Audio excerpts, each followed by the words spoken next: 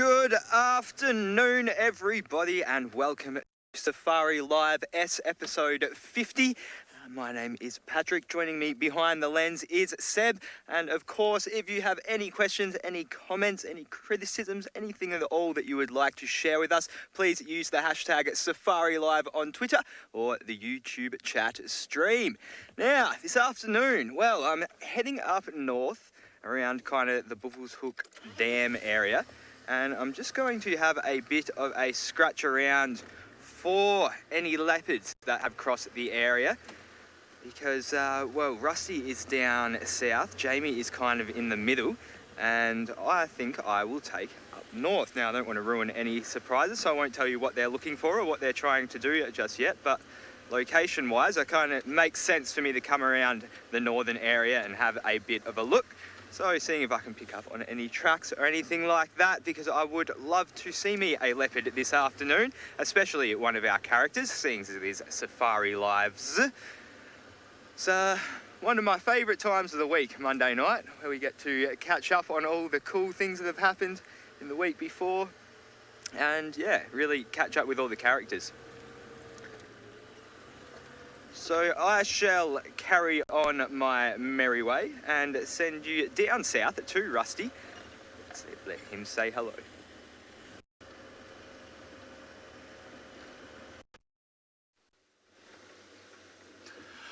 A very good afternoon, everyone, and thank you for joining us. It's going to be an excellent one today with Trishala, who has got some serious dance moves for you.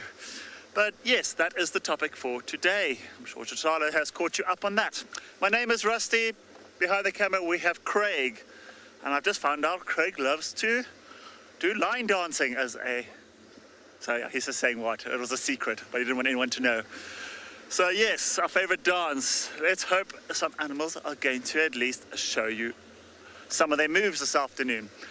I am on the way to where Steve had his wild dogs this morning. Now that was an incredible morning, and I think right now the dogs all got fat bellies and parked off in the shade. So we are going to make our way there and see if they are going to make a move this afternoon, either which direction. We did have an update about an hour ago that they are still there in the shade, not moving. So let's see. But as most of you know how wild dogs work, they don't hang around in an area for very long. And that smell did attract the hyenas. It might attract some of the lions. So let's see how it goes. We'll make our way there and hopefully keep you up to date. In the meantime, let's go over to Jamie, who is out and about on foot.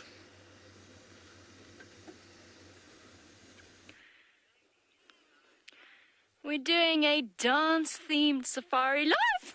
It's really difficult to do that on the top of a termite mound, but that was just a warm-up for the afternoon's theme. A very good afternoon to you all. I'm out of breath, and my name is Jamie, and this afternoon, Gendre is on camera with me, and our plan for this stunning safari lives is, well, we're not quite sure. My foot's really sore now. We're going to go... Ow. That's actually not from that, that's from something else. We're going to go searching for hukumuri, I think. That shall be our plan this afternoon on foot this morning, for those of you who missed it. Steve did everything, and we tried to track a leopard. That pretty much sums up exactly what we got up to. But of course, Safari Lives is a celebration of the different animal characters that we've come to know and love. I heard something. Sorry. And we are always on the search to see whether or not we can find them on these lovely Monday afternoons. It's the perfect afternoon for a summary of what's been happening with the leopards in particular. Not that I can find one, but you know, I like them anyway. And we're going to go search for hook. I think the last track we had was leading into this block. This morning the Impalas were alarm calling. If you don't know what a block is, it's a space between two roads, essentially. So it's much easier to track an animal on nice sandy roads than it is on ground like this. You can imagine, if you watch how I walk, I don't leave much of a mark. And I'm a two-footed creature, therefore all of my weight is balanced on 2 feet, sometimes one, although not for very long. So you can imagine what a leopard does. You can imagine how a leopard walking with those soft pads might actually not leave a mark behind at all. So that's the sort of thing that we are trying to actually figure out, whether or not he made a kill in this area. And if he did, then of course we can call one of the vehicles in. So our intention is just to see him. Rex is a bit worried that he is going to run away from us. Right. I think we will continue on our dance-themed safari lives for this afternoon. I'm going to think of more dance things to demonstrate while I dance towards the leopards. Trishala is going to tell you more about dancing in nature.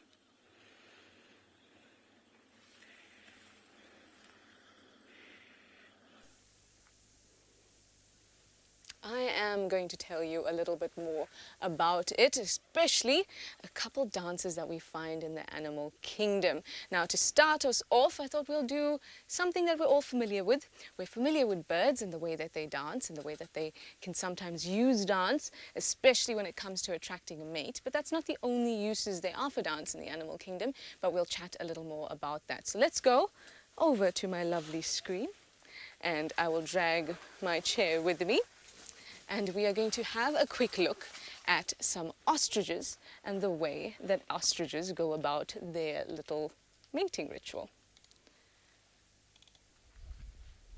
Now here we have a pair of ostriches, and they're not the ones that are running in the front, just letting you know, they're the ones at the back. But these ostriches, oh, they're on two screens, yay. These ostriches are at the moment just flicking their wings around, not doing too much, ducking down and eating off the ground. But in a bit, there we go, you're going to see them actually perform a little bit of a dance for us. And it's sort of like a ballet dance because they look very much like ballerinas when it's happening. There they go, there they go. Now there's a whole group of them, and they're side to side, and then they move their arms around or their wings around, and they fluff up those feathers, and they display their long neck, and they sort of hit it from side to side. Now you see the swinging of the neck, but you don't see them hitting it against their sides very much. Now it looks like mostly males in this group, and this behavior can also be displayed between males as a diagnostic behavior, but it is primarily used for females.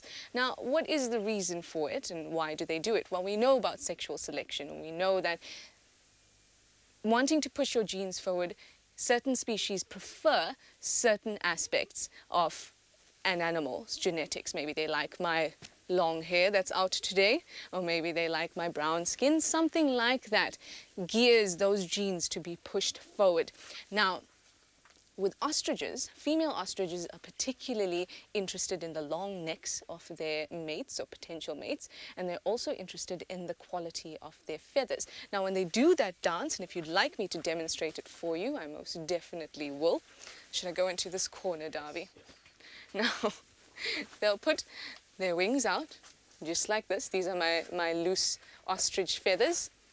And then they'll sit, like they'll squat like this. And then they'll look intensely at you.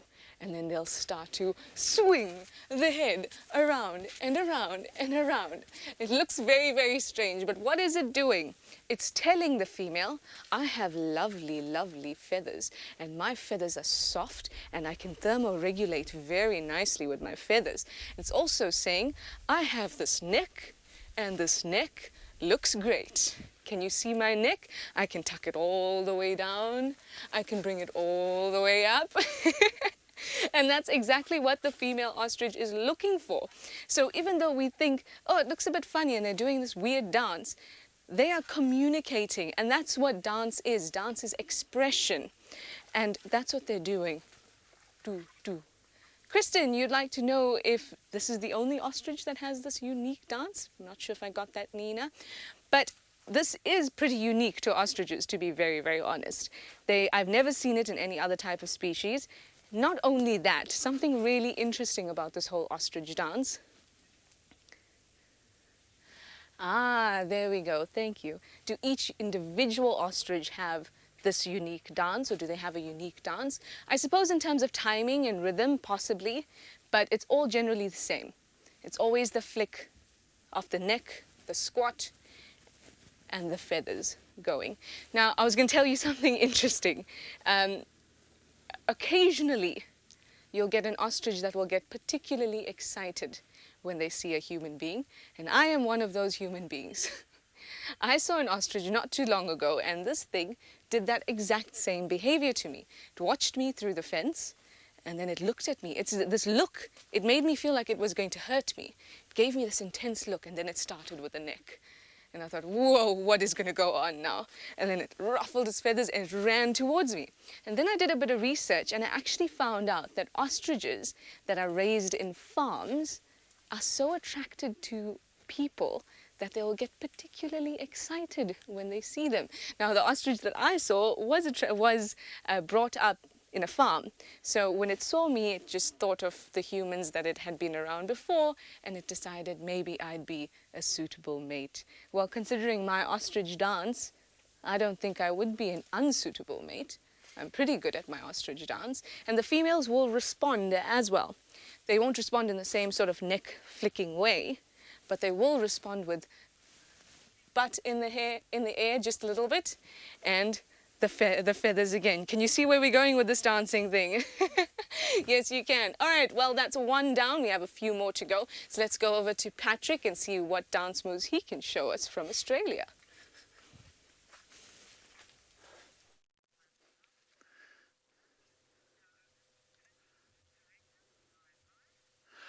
Well, I've got a little family of crested francolin here, crested francolin.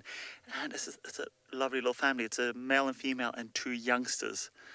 And it's actually quite funny to watch how the mother actually keeps scratching and then they all run into one place. It's like, who's going to fight over to get that piece of grub first? It's quite sweet in the evening light, in the afternoon light here. But they're moving off very slowly. It's surprising to see them so still and relaxed around the vehicle. And they're not even close to camp. See, I'm still on the way to find the wild dogs. I'm also looking for any of our favorite characters who are moving in and out. Because we know that the hukamori, is on our property as we speak. But we just have to find him. It's one leopard I have not seen yet. And I'm still very eager to meet this legendary of a leopard named Tingana, which means chicken medicine. He is nowhere near looking like a chicken, or he doesn't even look like chicken medicine, whatever that may look like. But he is around, and we did see his tracks this morning, but he's been in and out the last week or so. So I think we should have a look and see what he's been up to this past week. The hawk was spotted on his usual territorial patrol on the western edge of Djuma. He has to make it clear to the other male leopards that he rules this side of his patch. Brimming with confidence, he stopped to scratch his scent into the vegetation, an olfactory warning to potential rivals and an open invitation to the ladies. Since neither of these options presented themselves immediately, Hukamori continued on his rounds, disappearing into the thickets. I do apologize. I got the names mixed up. It was Hukamori. I did mention Hukamori, then Tingana. Tingana's our other dominant male leopard in the area. I just know Tingana better than I know Hukamori. But he is around, and we do need to find him. I know maybe Jamie will be following up on him on the bushwalk, and hopefully she might have a light key sighting of him. He is a monster of a leopard, and he is still in his prime and taking over the territory rather quickly. Whether that will expand into Tingana's territory, who knows? So, talking about larger animals around, let's go over to Patrick, who has found some elephants.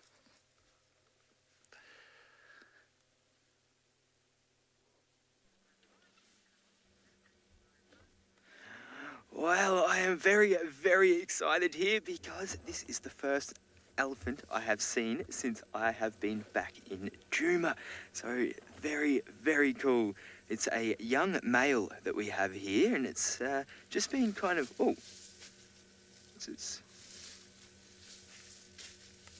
maybe That wasn't... Usually they're quite directional when they have a sniff with their trunk, but that didn't seem to be directly at us. Maybe it's detected... It seems to have gotten a little bit skittish as well.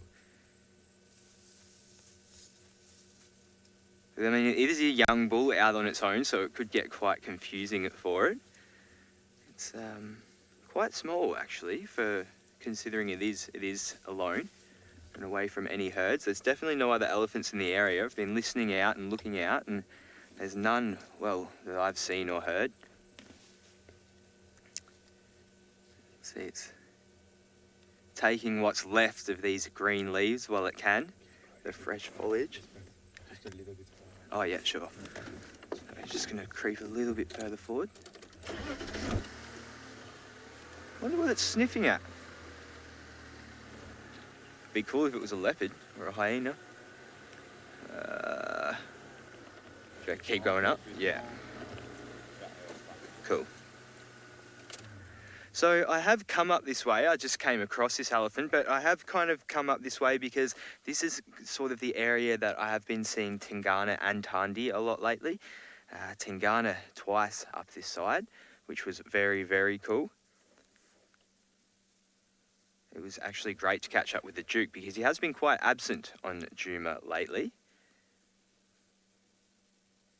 And actually, speaking of Tingana, let's go have a look at some of the sightings, well, one of the sightings we had with him last week.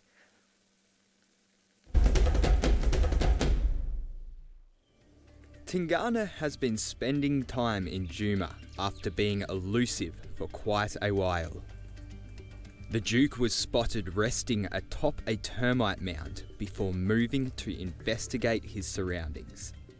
As darkness wrapped the bush in its embrace, Tingana's catnap was followed by some soaring that echoed into the night.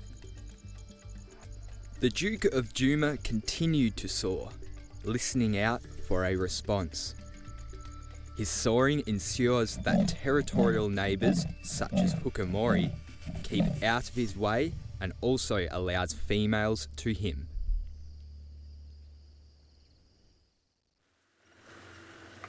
That was very cool to hear that soaring. It was a sound I missed definitely in the Mara. It's not one that we often heard. So to be back in Juma and hearing it quite a bit is very, very pleasant. Now, some of you are asking whether that elephant is the injured one. I'm not actually too sure. I haven't heard of an injured young bull around the property. But it's obviously something that's been seen, but that one didn't look visibly injured to me. I'm not sure what the exact injury was, but yeah, I didn't seem to see any noticeable injuries on that one. It looked pretty fine.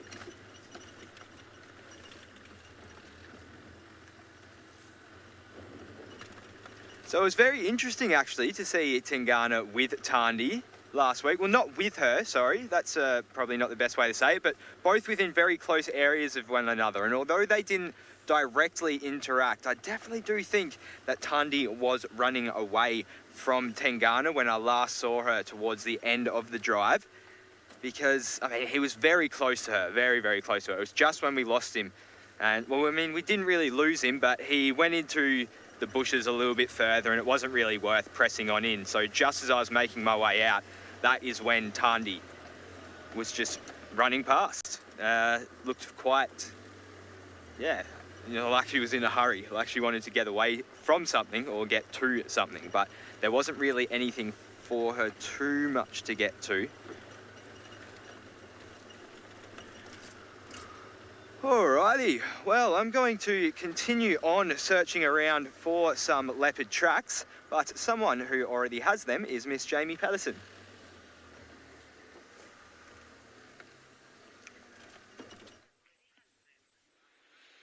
We do indeed have leopard tracks, and we'll have to hold off on the dancing theme for now because I'm not going to start making a lot of noise. I'll tell you why in a second.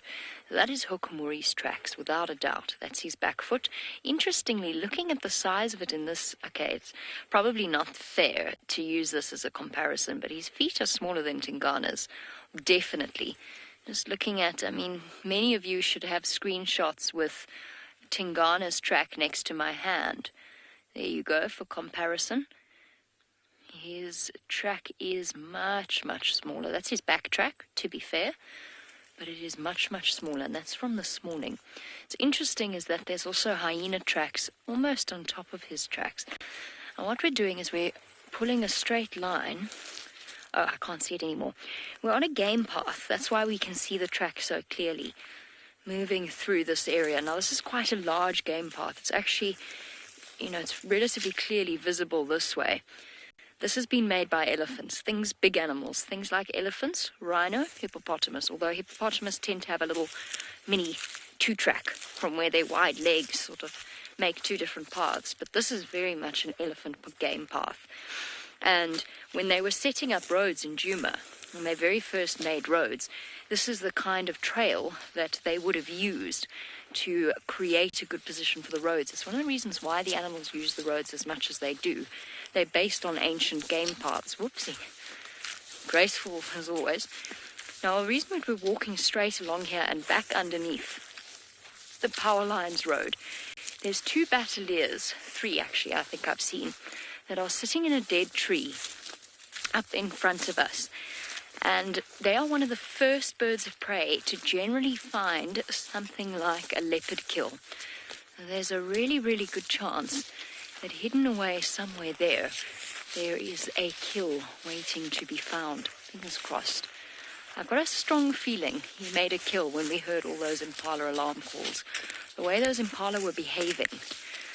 When an Impala or when an Impala sees a leopard and they start to alarm call, they'll follow. They'll follow the leopard. They'll walk behind it and they'll watch, ta-ta, and they'll shout at it. But those Impala were running away, which makes me think there's a good chance that he is sitting somewhere with the kill. Right, so I've said that leopards have evaded me this past week. Fortunately, that hasn't been the case for all of us, and we even had a special mystery visitor to Djuma.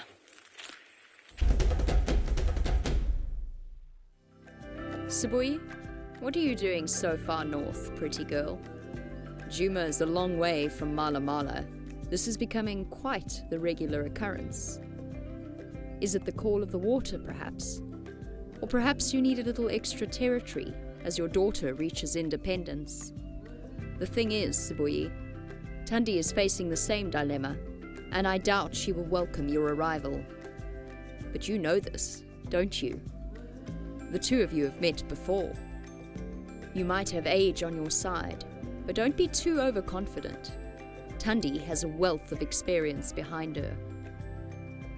You left your mark over Tundi's scent from the day before. Beauty following age. You knew what you were doing. We can all smell change in the air.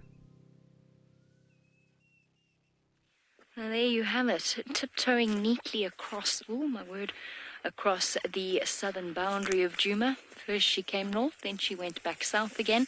Just how brave Sabi was feeling? Well, I think what it's safe to say is that she's establishing a little section of Djuma as her own territory, or at least drawing the line on Gowrie Main near Twin Dams, and that's where she's going to set up shop. She's fought Tundi before, and Tundi came out second best. She had quite a nasty injury. I think that will probably mean, obviously I'll add a little bit of a dramatic twist to that, but I think that will probably be a deterrent for Tundi challenging Sabi in the future. But who knows? As I said, changes in the air. Speaking of other things that are in the air quite a lot at the moment, and that is a very positive thing, there's lots of honeybees about, and they are fantastic insect dancers.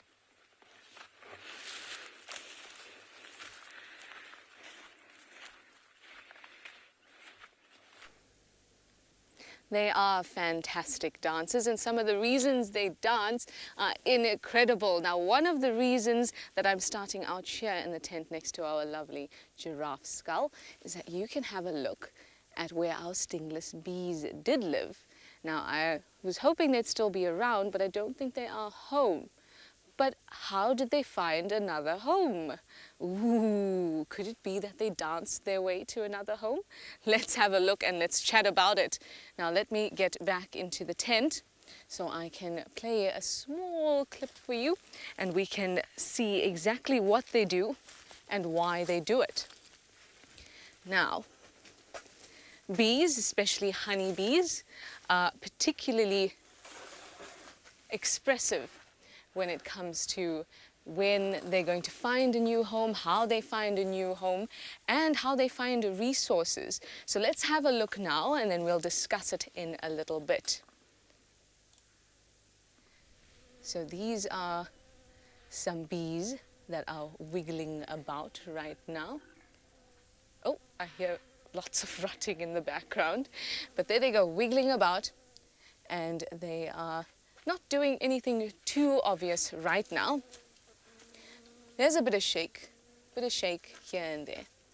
Now, I am going to pause this and rewind it a little bit, because what that bee on the left of your screen is doing right now is called the waggle dance. Let's have a look again. Oh, let's just forward it a little bit. Where are you, waggling bee?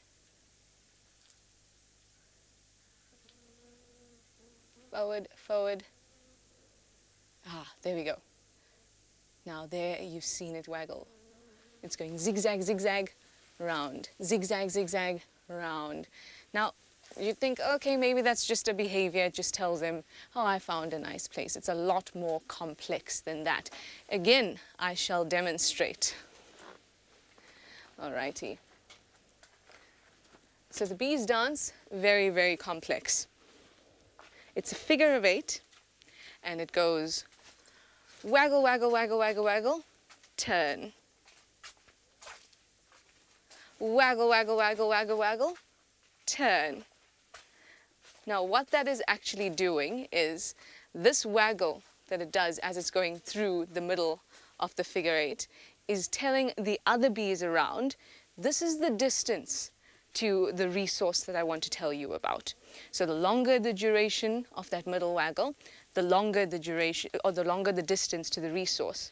And then it does the figure 8, it comes back round, and the angle to which it does that little dance actually gives the rest of the hive an idea of where, in terms of its relative position to the sun, where it's going to go. Now I might actually draw this out for you, because I think that might be a lot more useful. Give me a second. Alrighty, let's sit down here. And I can't find a pen, but that's okay. I'm sure there were markers somewhere here. Ah, there we go. So, here we go. Here is our waggle, and then the bee travels round. Again, waggle, oops, other way, and the bee travels round. So this is the distance, and then if you do this and you put a little angle there, that, excuse my sun, you can be a happy sun, that is the angle to the sun. So it's giving the bees a lot of information. It's telling them how far to go, and it's telling them in which direction to go. Now there's a few reasons they will actually use that. Firstly, I'm just going to take a seat here. Firstly, it's going to tell you that I have found a nectar source. And so I'm waggling because that nectar source is over 40 meters away. Now this is particularly important because under 40 meters, they do sort of transitional dances, and they do like what's called a round dance, which is basically the same thing, but instead they're just going round. That's telling the colony that there's a resource that's within 40 meters. After 40 meters, it's waggle dance only. And with the waggle dance, they can actually tell how far away the nectar is up until, I'm sorry Nina, I got none of that. But you can go ahead and repeat it for me, please. But what I was saying to you was they can detect nectar sources and give the message of nectar sources up to 6 kilometers away. That is unbelievable.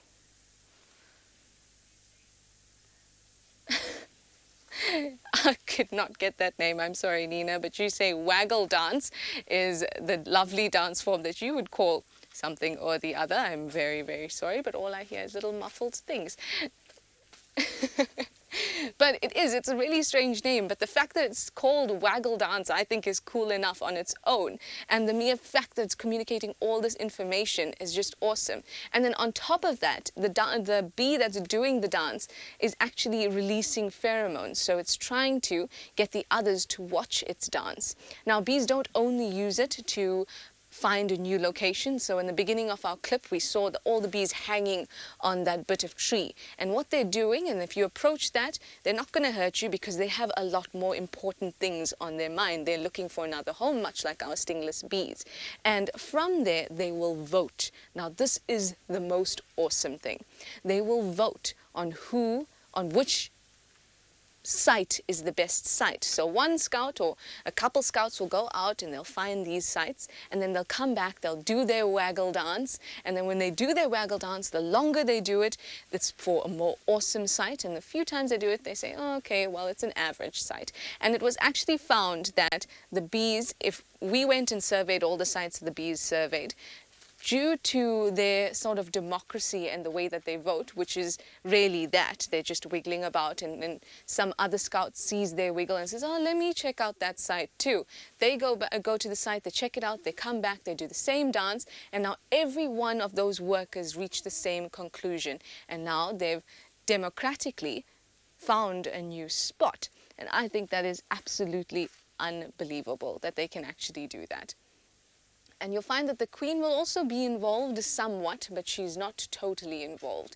In fact, what she will do is sort of just hang around and sort of let the workers take control of where their next site is going to be. And it actually takes a whole lot of measurements of volume, size, and all of that. Just by that waggle dance, it's conveying all that information, which is awesome.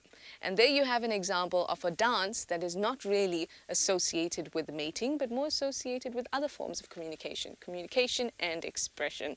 Anyway, let's go over to Pat and see what he's found for you, and I hope that he'll include a bit of a dance move too.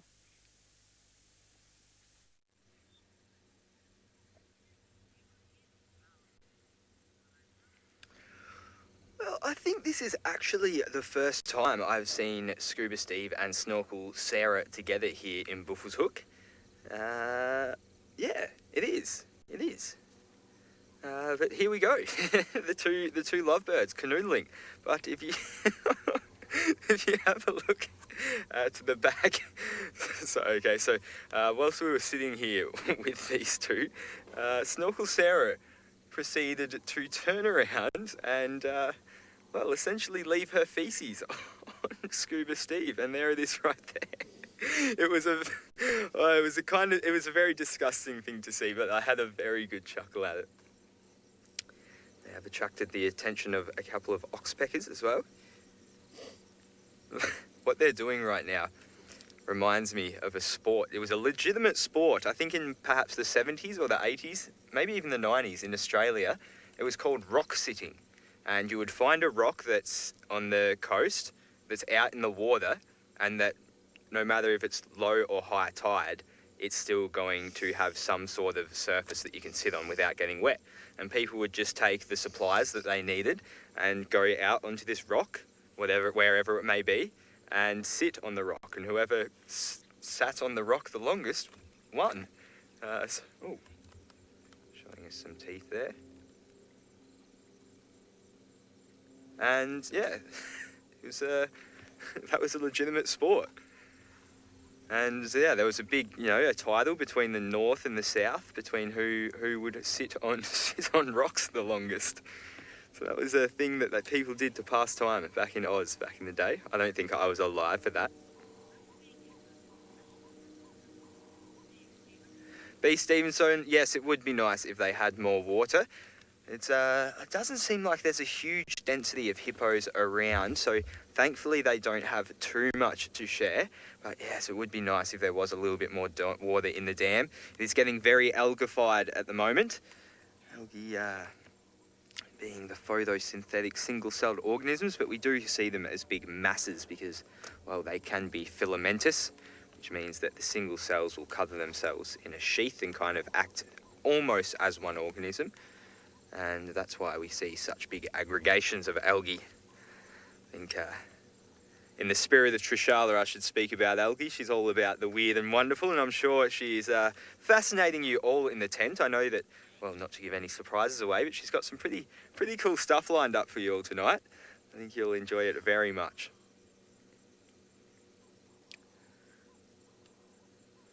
Well, I'm going to continue on and look for my leopards, and I would really like to see Tralamba. I haven't been aware of her movements of recently, but I have seen her, I've seen her last time I was in Juma, but I haven't seen her since I have been in Juma. So I would really like to catch up with the little princess. She's growing up fast, and her hunting skills are definitely getting quite impressive.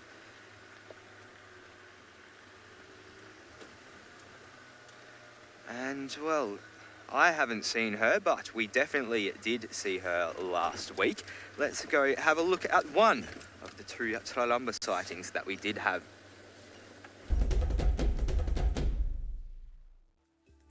As our little princess Tralamba continues to grow in her independence, she is consistently refining her skills and senses.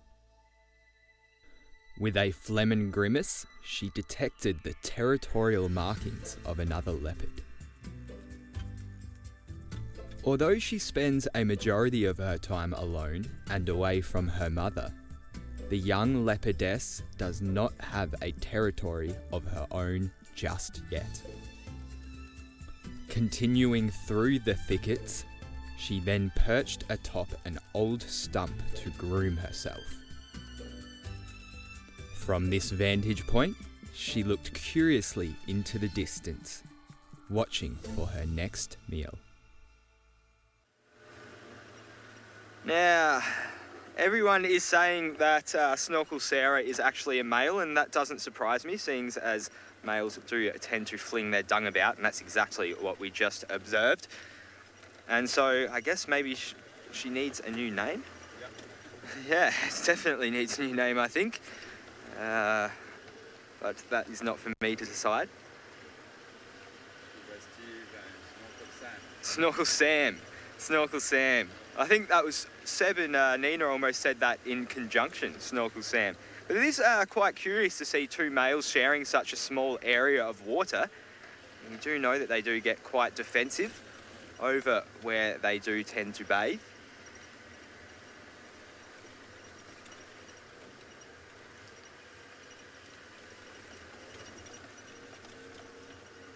So still haven't picked up on any leopard tracks. I'm just kind of going back a little bit further south right now.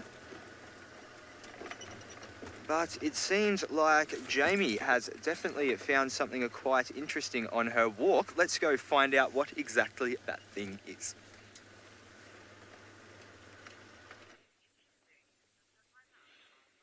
I have found something interesting. You know, squirrels lie, and sometimes so do Franklin.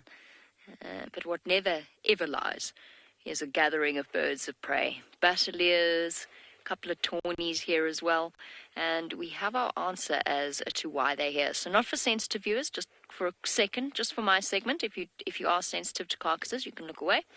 We found what it is that has attracted their attention. I have to tell you, though, he'd be a terrible dance partner. Very stiff. Jam boy, what happened to you? Now, here's the mystery. There's a huge wound on his rump that you actually can't see. He's lying on it. He's collapsed on it. And the birds have taken out his scrotum.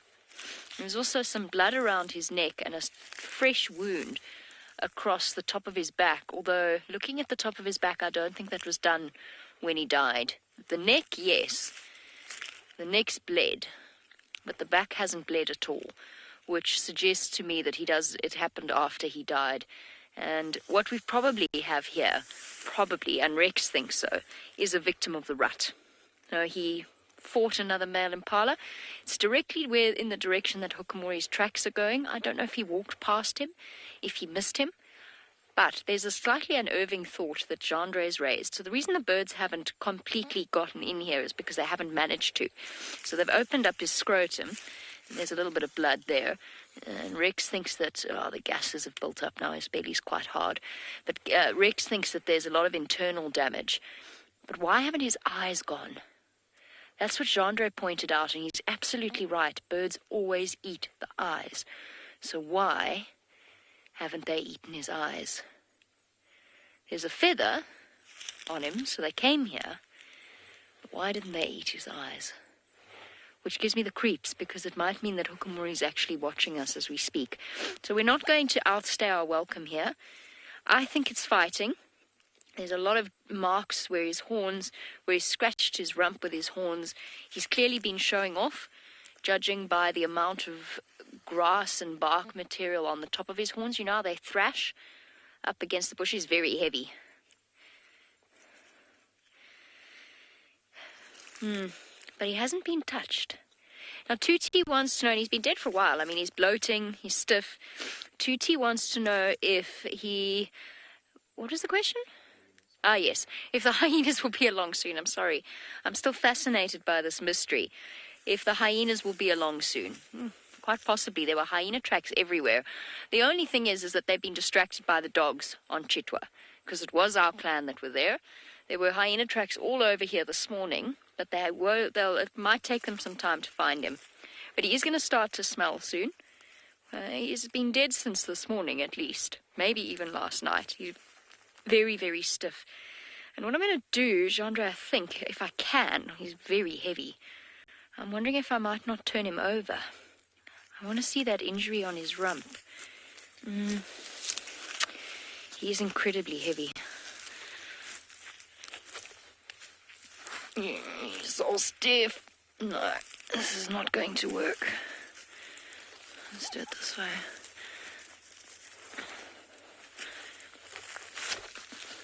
Sorry, boy. Fighting, really? Could be. That's pretty serious. That's what's killed him. I'll put him back in his place in a moment. That's what's killed him. Ouch. We do occasionally see them walking around like this. He hasn't been dragged around. Our beard wants to know if there'd be a lot of fleas on him. Lots of ticks, no fleas. There shouldn't be that many fleas, but there are some ticks. I did see one crawling around. The ants have obviously discovered this as well. But the reason the birds haven't got in here is because they can't. He was lying on the wrong side, so they haven't managed to get in here. He's got lots of... Well, at least his death is not a mystery. Obviously, at this time of year, we start to get a bit more cautious with carcasses. And there, look at that. Jeandre, I think we need to go. I wonder. I don't know why Hukumuri wouldn't have fed on this, but the birds haven't had a jolly good go. And that hole does... Maybe a ram got hold of him. I'm going to put him back where he was, and I'm going to move off just in case this was in fact Hukumuri. While we do that, let us send you across to Trishala to lighten the mood.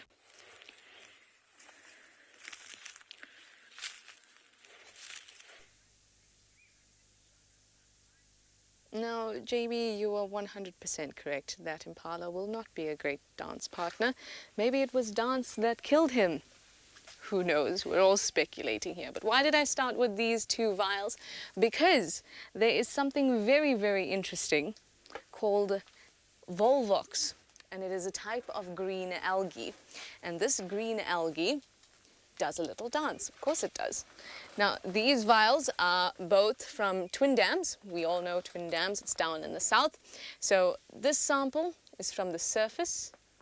See that? It's a lot more gunky. This sample is from a little bit further down.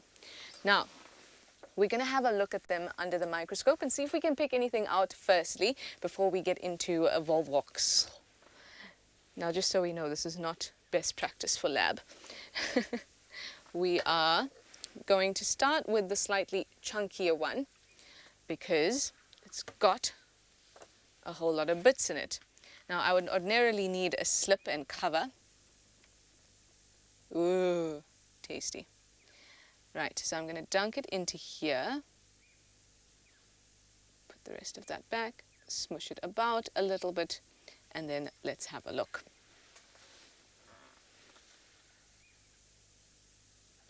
Now, the organisms that we'll want to see are very, very small. So the likelihood of us catching it on this microscope is less than likely. But we can still have a look at what our water looks like. Now, there we go. So what we're looking at the moment is some algae.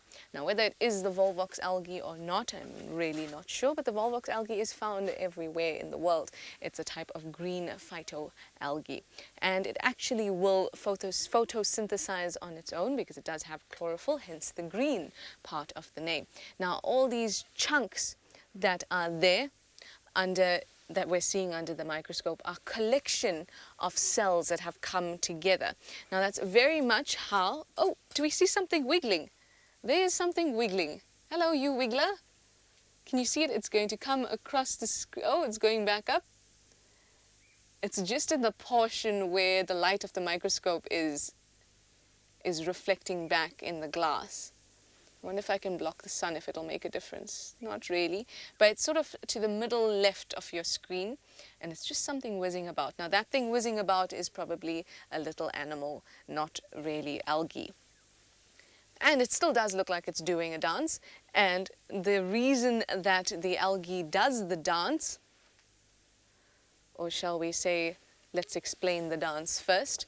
Now, predicting that I probably wouldn't be able to see this, I have brought some props for you. Now, we saw the little thing that was wiggling about in the middle of the screen with its little tail, called a flagella. Now, the Volvox algae lives in colonies of about over thousands of little cells that will come together, and they look something like this. They're round. There we go. And they have little cells on the inside too. Now, these ones on the outside are somatic cells, and these ones are basically germ cells or gametes for mammals. Now, these ones are the reproductive cells, and those are the other cells. You can see the reproductive cells are much bigger, and it's the same case for humans as well. Now, at the edge of each one of these little black dots, there is this. There we go. So that's what each one of those little black dots actually are. So you've got the single cell, you've got chloroplasts, and you've got some cytoplasm type thing in the rest of the empty space. And then you've got a nucleus right in the middle. And then you've even got a simple eye that will be able to tell this little organism where the light is coming from. And now, apart from that, you'll see these two obvious things at the top. Now that is its flagellae, and it's what will help it propel. So can you imagine thousands of these slotted in to the edges of this organism, and then you'll get a jagged edge like that. There you go. You see the jagged edge? Now, each one of the jagged edges having those flagellae there helps it move. And so what it will do is you have two organisms now. They're both multicellular because they're a colony, so they're individuals that are all together. And then with the movement it creates with the flagellae, it can slightly start to move around. And as it moves around like that, it creates water flow around it. So now fluid dynamics comes into it, and I can't explain it to you, but somehow it creates eddies and currents in the water. Then it attracts a friend to it, pulling it in and drawing it in with that current, and then they start to waltz. Yes, and it is called a waltz. I'm going to put it down here so we can just have a better look. So here we have our two. So what it will do is they will start to waltz around each other in that sort of fashion. All the way around, and it's sort of, we don't know why they do it, but they attract each other in that way, and that is the waltz. The other thing they do is they minuet. Yes, and that's I promise you 100% scientific terminology in what they're doing. When they minuet, because each organism seems to be bottom heavy, one sinks down to the other. And then as they're moving, because they're turning on their own axis, their heaviness changes. And so they start to move together and apart, and together and apart. And now scientists call that the minuet for these little cells. But I just thought it was amazing that they could actually do that and create these currents and have those little dances. Now, one of the theories about why they do that, because we looked at our microscope, we saw that they come in clumps. So obviously they're trying to get together.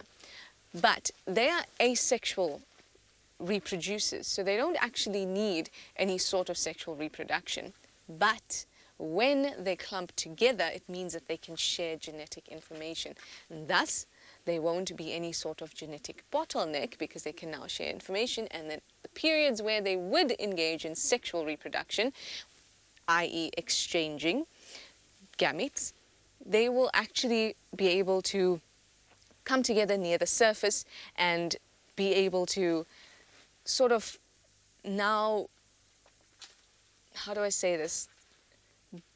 It's sort of like an evolutionary thing. Is this how we started? Is this the movement that all those cells back then created in order to get these clumps and become bigger multicellular organisms? It truly is amazing. And when you think about this Volvox had actually diverted 200 million years ago in the form that it is right now. So it gives us really good information about exactly how these things happen. Now I want to try out the other vial just very quickly because we can see that it's quite... Oh, we have Impala running by. It's quite messy, quite thick. So I'm going to change this out quickly while you take a look out of the tent. There's our glass. There you are. Hello, guys.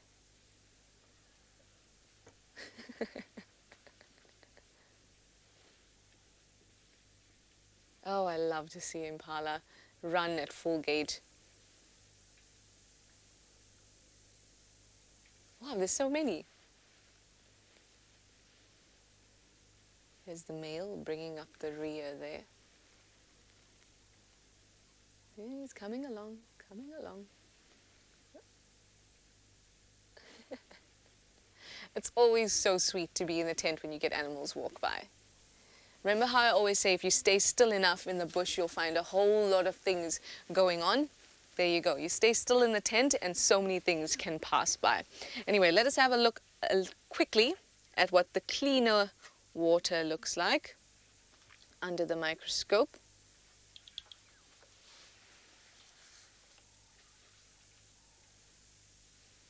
I'm just going... Oh, no, something was running about and now it's gone away. Where are you? Maybe it'll come back for us. Okay, I think that is the sweet spot. Oh, we have a little something there. Hello.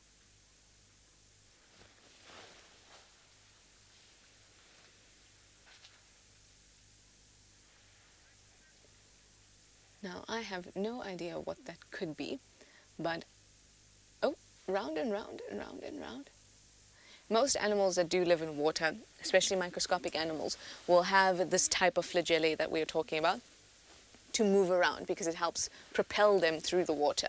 Now, this little guy that is running frantically, and I'm not sure what he is, but if I had to hazard a guess, I would say he's probably a copepod or an amphipod because those are the most numerous little things that we get in water, and you can see that that's definitely a full-blown multicellular organism. That is not a collection or bunch of cells altogether. But that was kind of cool to see.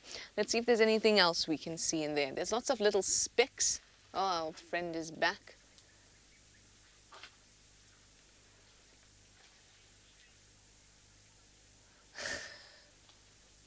Bold Council, you have a special request, and for you, I will do it. You would like me to demonstrate the algae dance for you? Sure. I will be one algae. This one will be my dance partner algae, okay? Let me go back into my stage spot. This is going to be so hard to do. All right. So this one will be turning and turning, and then I too with my two flagellae. Don't have enough hands for this. All right, you're going to sit there, my dance partner. There you go. You're going to sit there. Be good. No, be good. Right, my dance partner is not being very good, but he's going to sit there, right? Okay, there you go. There we go. There we go. And then with my flagellae, I will be creating a current and moving about with my current. That's my waltz with my dance partner. Oh, I feel I'm getting bottom heavy. I'm getting bottom heavy. Is it time to minuet? It's time to minuet. And we go back and forth and back and forth. Maybe Rusty can continue flagelling, and let's go to him and see what he's found.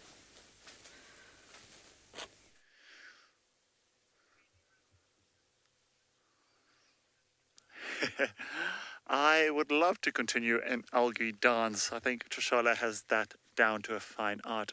I, on the other hand, am a very poor dancer. I could probably do a wiggle, but that's about it. My dancing skills are not that great. Now, we just had the wild dogs here, but they've gone back into the thickets, and we're going to do a loop around and see if we can catch up with them. As we came around the corner, some of them all came, well, about 5 of them came running out. We don't know why. And then they all went back in. But I don't know if something bumped into them. Maybe they were alarmed by something, or something was triggered. Something triggered their movements, and we don't know why. Okay, we can see them through the thickets here.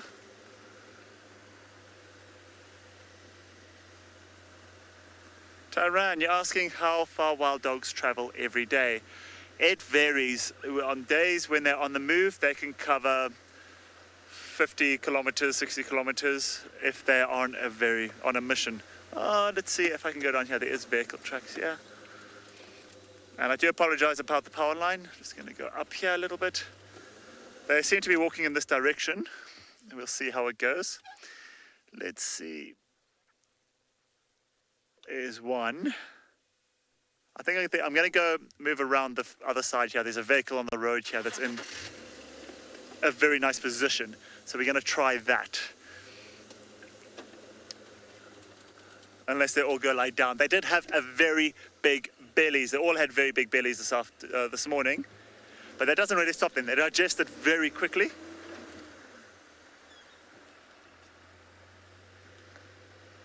Roslyn, you're asking how many wild dogs are left in the wild. That's a very tricky answer, direct answer, because there's a lot of research done with the wild dogs throughout the other parts of the country. So within Africa, East Africa, the numbers do vary quite a lot. How are you doing? Are you following the dogs? Okay, thanks. Enjoy. Ciao, ciao. So we're actually right directly in line with the dogs now. So they're going to come either to us or past us. So yes, it does vary from country to country on numbers of wild dogs left. To have the exact number, we need to be in coordination with other wild dog agencies, wild dog protection groups, Endangered Species Trust. All of these guys need to be involved somehow into at least finding out the number of wild dogs left. Now they have, this one, it's still very, very fat. The one that's walking to the left here. They've still got a belly full. I think they're still making up their minds of where they want to go. But they are slowly filtering out of the tree line here. I think we timed it quite perfectly. So for those who missed it this morning, they killed a young waterbuck, and Steve was here to witness it, and it was quite a special thing. They're crossing the road in front of us now. Where are they going to go? Excuse my head. The golden light on them. My head's always in the way.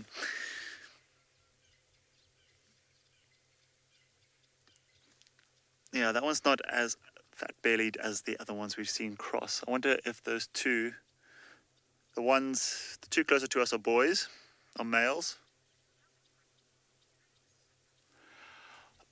the Tina, I believe, if that's your name. Sorry, I didn't quite capture that. You're asking how many wild dogs are pregnant. I'm just looking at these two now, and they look very fat, and they are females. So I don't know if they're fat from the amount of food they've eaten, or are they fat actually because they're pregnant. It's not often you find two females pregnant at the same time, and these two with very, very round bellies. Not the two lying on the road. They look like normal wild dogs. They always look very streamlined. But the two that have gone behind the anthill to the left of us have got very large bellies still and very pronounced teats. But I don't know if that's just from the stomach contents pushing out and making it look like it's showing that it's pregnant. How nice of them to come and lie right on the road in front of us. Now, I believe this is the pack that I bumped into the other day.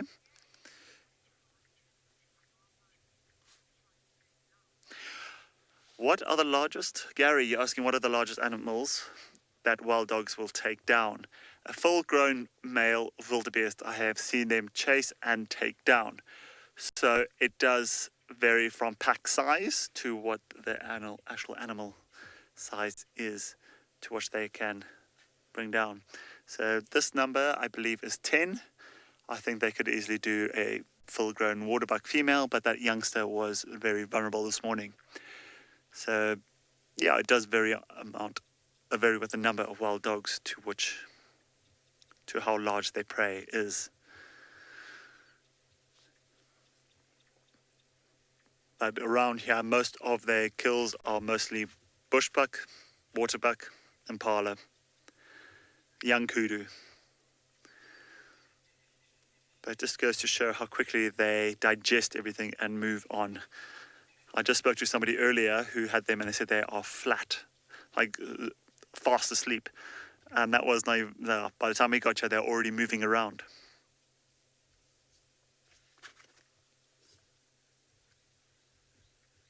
I think they're trying to catch the last bit of rays before it starts getting dark and chilly.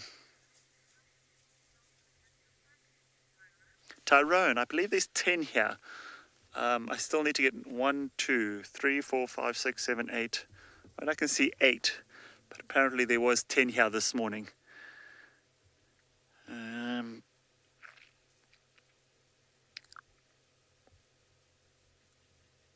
So this is the sand pack. And I thought it was the Vestic pack that we had the other night, Vestic pack, the breakaway pack, but apparently it is the sands. It's not far from when they came through our property the other day. So we're pretty sure it's the same ones. See, that one's still got quite a belly. That's also a female. But she's not as round as the two that first crossed. Just wondering. I wonder what bothered them for them to get up and move out of that spot. They keep looking back into that area.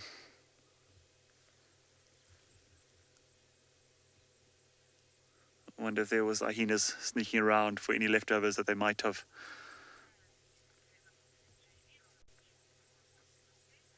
Left behind. Okay, well, we're going to stay with these gorgeous dogs for a little while longer. In the meantime, let's go over to Jamie on her bushwalk.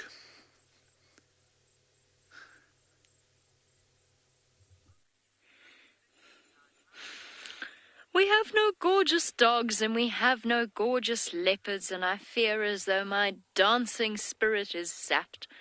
Not really. It's very, very pretty. The sun's gone down, which means once again, as seems to happen with me on afternoon walks, I'm going to have to start legging it home because we're actually quite far and it gets dark quite quickly, and now we're going to have to march our way back, which is exactly what happened the last time I was on drive. Somewhat embarrassingly, apparently Hukamuri's on Elephant Plains, which is very far that way towards the setting sun. So I don't know who that was. So when we stopped for a segment at the carcass, I wouldn't have done that if I hadn't thought it had died of fighting injuries, not a leopard.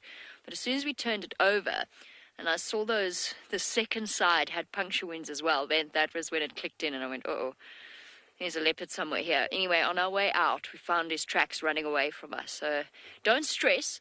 Whichever leopard it is will come back to it. I don't know why it hasn't fed on it yet. Perhaps just not hungry.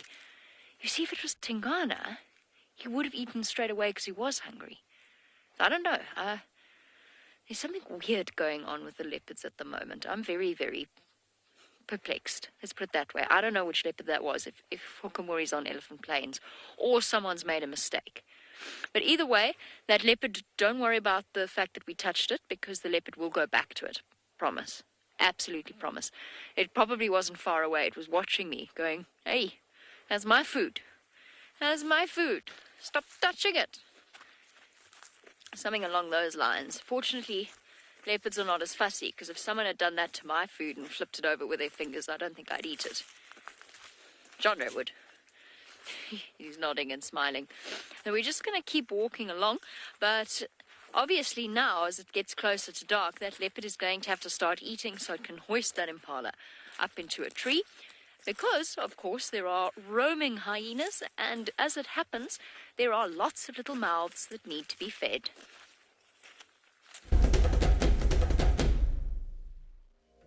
It must be a little scary being hyena cubs during a cold, dark night, all alone and tucked away, listening to the sounds of the wild. So when the sun comes up, anyone can see that the arrival of an adult at the den would be cause for serious excitement for trouble 1, 2, 3, and 4, especially when it's Mum arriving with breakfast. Ribbon had clearly not had time for her own personal ablutions on this particular morning, something I feel many frazzled mothers can relate to.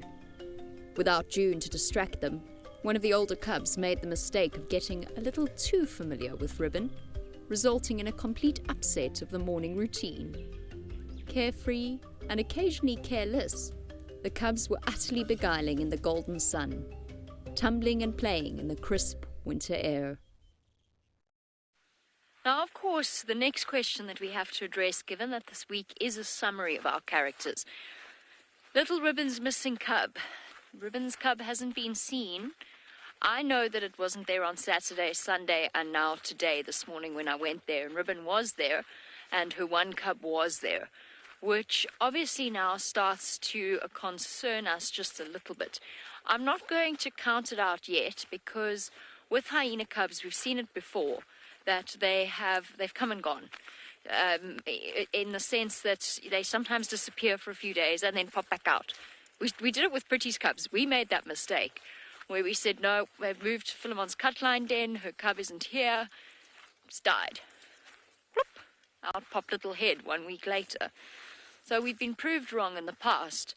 So I'm not going to panic just yet.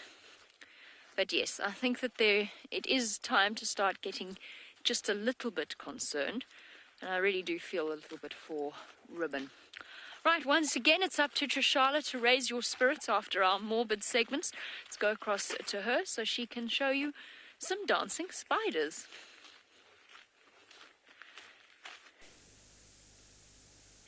I will raise your spirits because I have raised myself off the ground. Now, I love this bit of broken tree or dried up and dead tree. I think it's beautiful. And one of the things that like to hang out in trees, as I carefully get down with this curiously positioned tree. There we go. Well done, Trishala. Well done. Now, spiders like to hang out in trees, and bark spiders especially are well known for hanging out in the bark of trees, especially in the evenings. Where shall I go, Darby? I'll go through this way. Oh, there we go. Now, spiders also do an awesome kind of dance. Please excuse our brooms.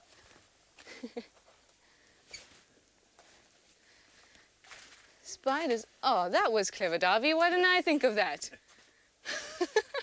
Just climbs through the side. Now, spiders like bark spiders and even our good old golden orb web, the Nephelia species, they all kind of engage in some sort of behavior that we could interpret as dancing. So let's have a look at firstly our golden orb web, and then I shall demonstrate to you what the bark spider does. So let's have a look. So this is it now.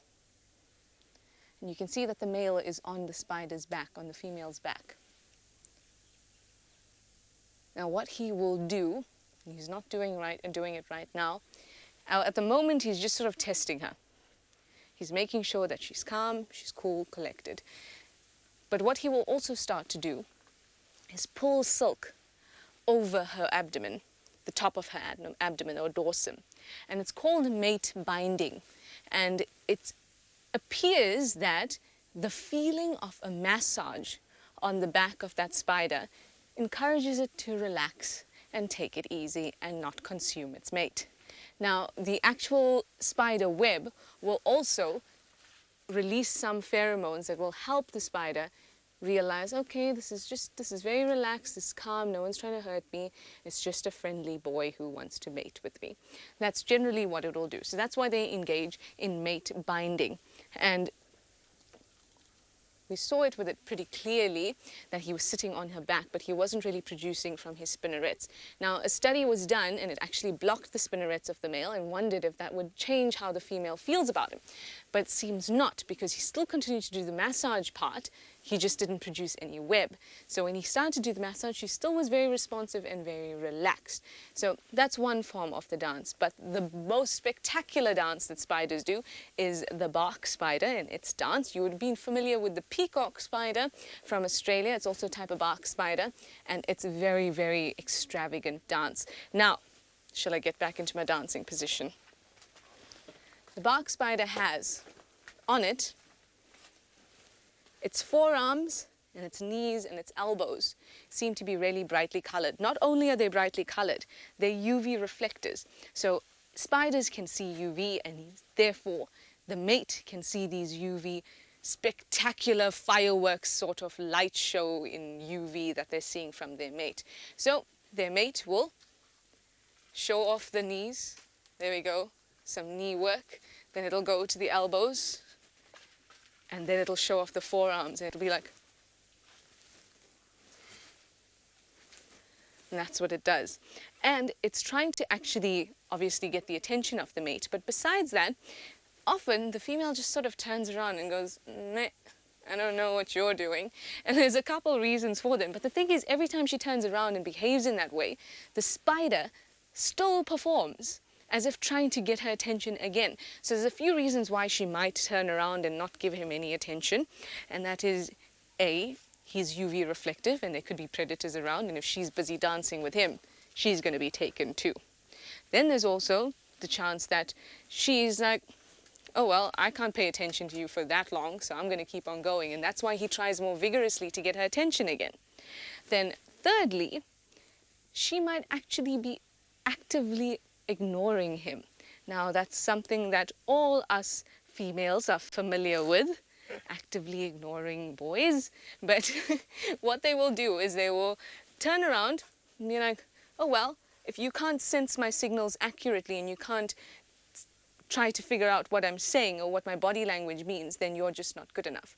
So that means that a mate that can interpret the body language better and therefore know the needs and wants of its mate are better partners. And now we are all experienced in this sort of little situation, and you can see that even in spiders it's the same.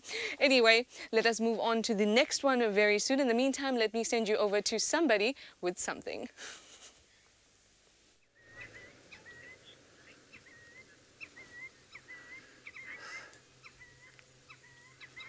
Well, the dogs are on the move and they don't seem to be slowing down. They just seem to be on a continuous trot as they do.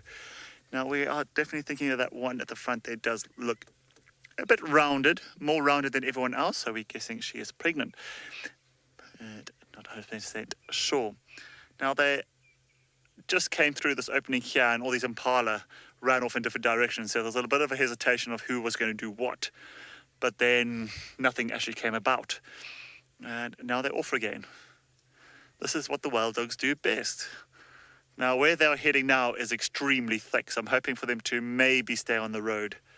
There is another vehicle with us, so I'm just going to keep driving before they disappear completely. It is very difficult to stay with him on the best of times.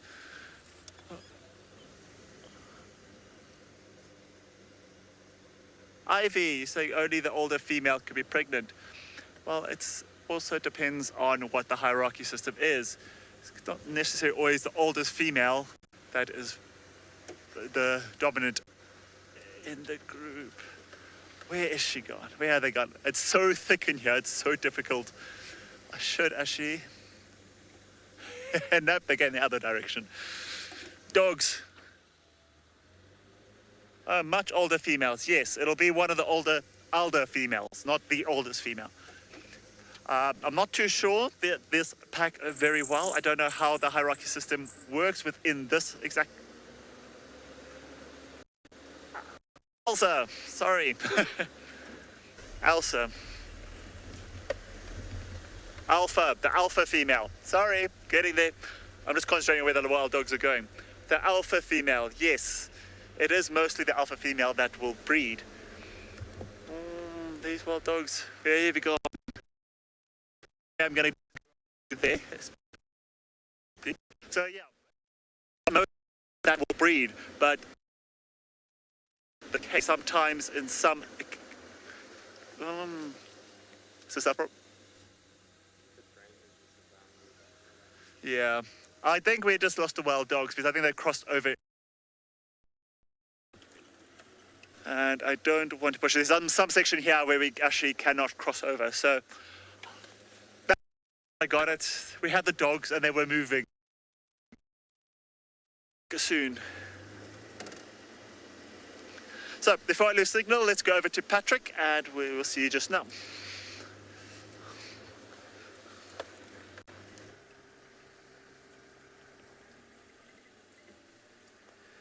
Well, I am coming to investigate this carcass that Jamie did stumble upon a little bit earlier. So obviously her being on foot, there's less chance of the animal coming. And so I will come here and stake out this mystery. See, oh, there it seems to be, I don't know, maybe, I think that was maybe a tawny eagle. No, it's too big to be a tawny eagle. I just got a brief glimpse of an eagle there. So, or perhaps a vulture. It was a very short glimpse, but it did fly off. But that does tell me that there may be a carcass, especially if it was a vulture. I'm just trying to find a good way through here. I don't want to... It's very thick. Around, yeah.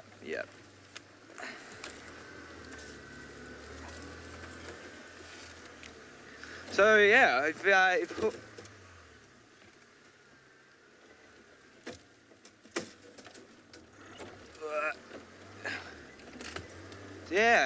Hukamori is not on the property, then it must be, well, I mean, I suppose it could be Tingana's. I'm not exactly sure, but it will. One thing I definitely learned in the Mara, or one thing I learned to appreciate, is just sitting with a carcass, because even if the attacker isn't around, there's still a lot that can happen, and there's a lot of competition. Looks like an elephant's dug up some roots there. Okay, well, whilst I poke around here, let's go. Oops, sorry. See another leopard. What was that noise? Let's go see another leopard that we caught up with last week, and one I was very, very pleased to spend some time with, old Tandy.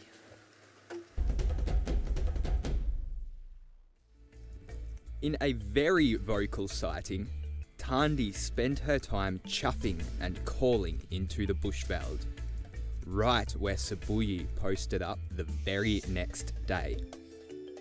While listening for a response, the Queen of Juma spent some time mulling about life in the shade of a tree. The Queen seemed to be daydreaming, perhaps about a tasty Impala, but soon became mobile through the long yellow grass in search of a tasty morsel. She soon spotted potential lunch in the distance as her body went into full stalk mode.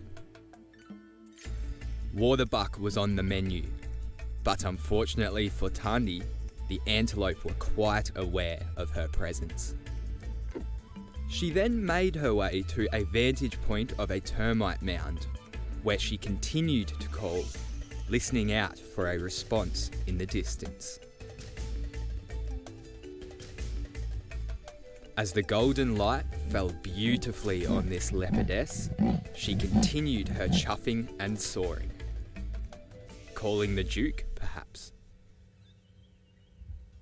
Well, it was very interesting to see Tandy making so much noise last week. And yeah, as for the purpose, well, perhaps mating, perhaps trying to attract a mate, but yes, I've never heard a female leopard actually be so vocal. It was a very, very nice sighting for me, actually. I was very, very pleased with it. I'm still just trying to work my way through this vegetation, try and sniff out this carcass. And yeah, as I was saying, just to extend what I was saying before about being up in the Mara and sitting around a carcass, even if the attackers aren't around, there's a lot of scavengers that will come and fight. Often I saw jackals fighting, often I would see hyenas fighting, often I would see jackals fighting with hyenas. Sometimes you would get the lions defending their kill. All right, so Seb's just directing me. To our left.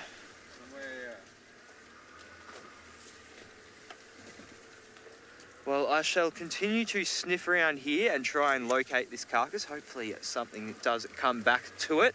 And whilst I do that, let's go back to the lady that found it, Jamie.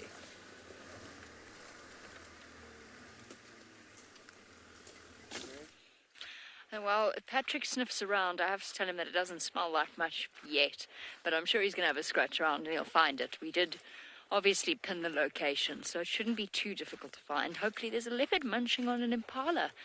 We are marching. Obviously, as you can see, the sun is long set.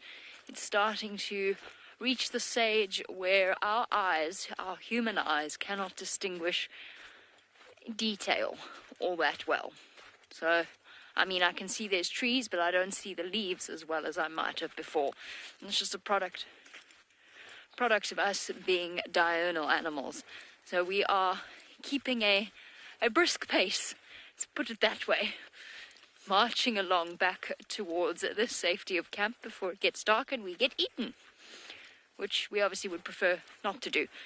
Speaking of things that might eat us, although highly unlikely even in the dark unless we were asleep, the hyenas, of course, have got lots of growing to do, which means lots of feeding as well.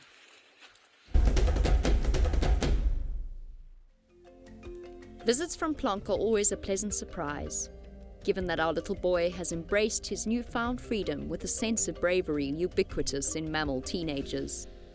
He seems so proud of his cool, devil-may-care attitude. I simply don't have the heart to tell him that he hasn't grown into his ears yet.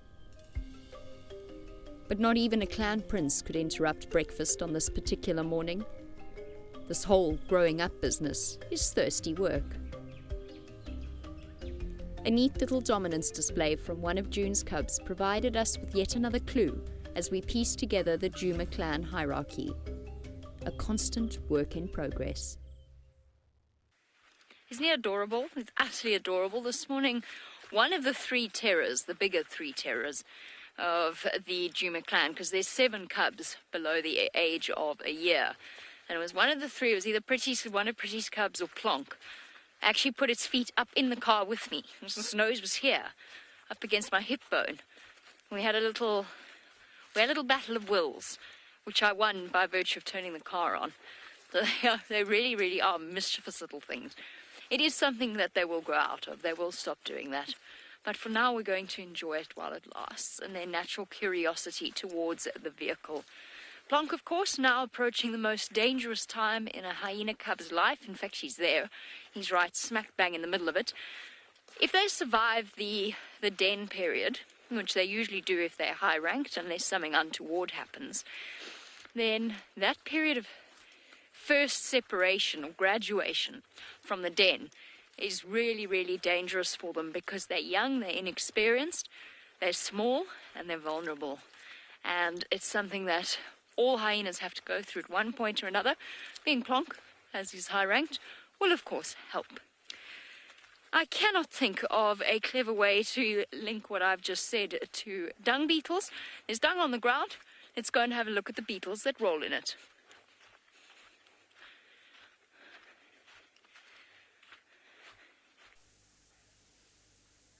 Well, I'm sure they both dance to some extent. But I am going to talk about dung beetles and the way that they dance for now. Now, dung beetles, we've heard a lot of them, we've seen a lot of them, but do we know why they do all those intricate moves that they do as they move their dung ball across the African landscape? Well, let's learn a little bit more about it. Now, for one, let's speak about the fact that it's an African landscape, so it's really, really hot. So one thing the dung beetles have to deal with is the heat. So let's look firstly at what it's like when they're rolling their little dung ball, and then we'll talk about the behavior that we're seeing. Now, there it goes, off to its ball, and it's got its mate on it, and then it starts pushing with the legs.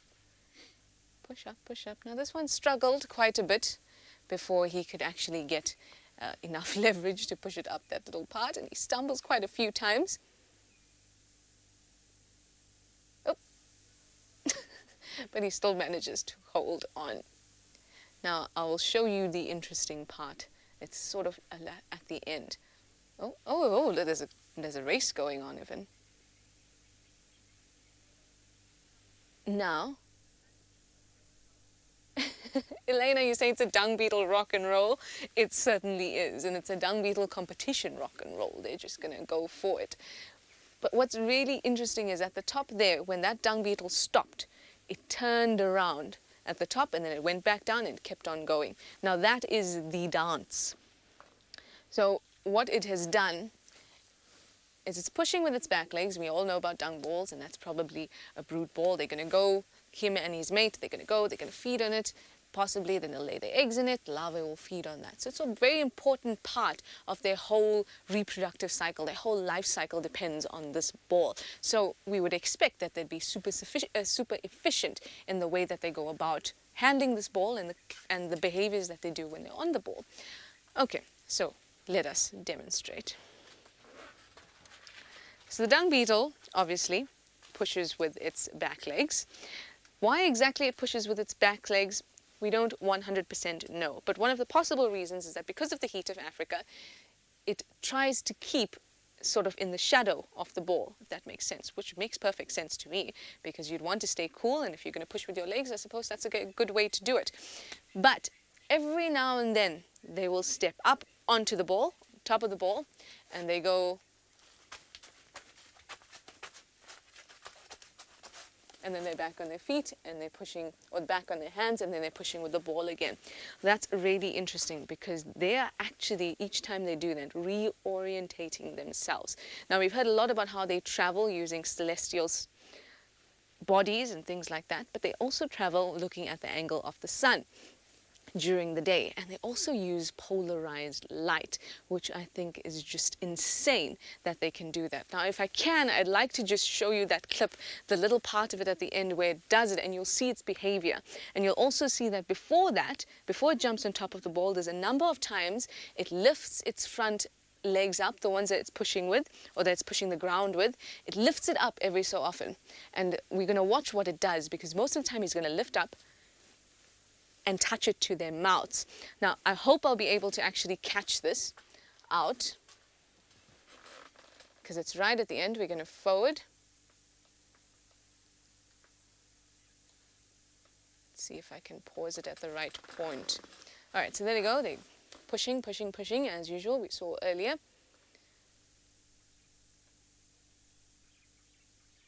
Are you going to stop for us and show us how you lick your hands? No? Have I missed it? Did I miss it? Oh, I missed it. I'm sorry, FC. I'm going to try that again.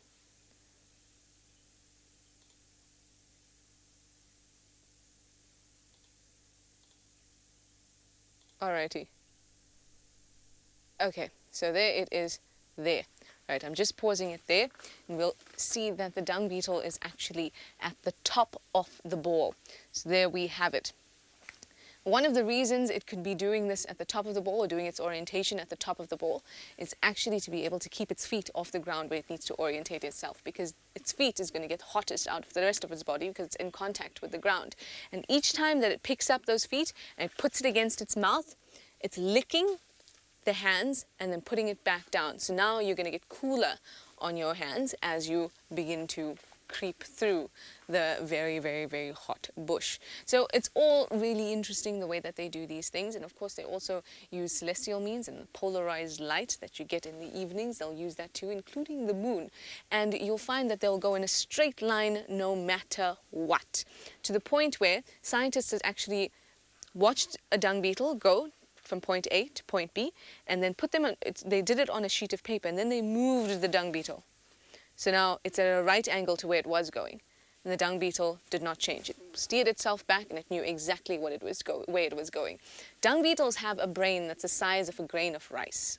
And with that small brain, it does all of these things, and it knows exactly what it wants to do, and it knows exactly the problem and what it needs to solve the problem. Very, very smart. Ian, you'd like to know how many dung beetles can be on one dung ball? We'll talk about them both. So at an actual patch of fresh dung, you can get hundreds of beetles, hundreds. And the competition is so fierce that you'll find once all the dung is gone, and it can take just a few minutes, there are often a few dead dung beetles just sitting there now because they've been fighting and they're competed out.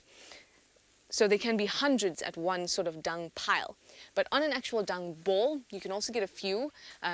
As far as I've seen, I've only ever seen 3, and it looked like a male that was trying to get 2 females to hop on board his dung ball, which I thought was odd, but it happens. But you'll also get sort of hijackings of dung balls, where you'll get one male that will come along and just sort of jump on top of the ball and flick the male off like I have never seen. He will flick him off almost, sort of reminds me of WWE wrestling kind of vibes. Just throw him off and he's like, this is my dung ball, and that woman, that's my woman now. So it can be quite something. Now, I had picked up a dung ball. I just want to grab it quickly. Where did I find you? Ah, there you are. Here we have our friend.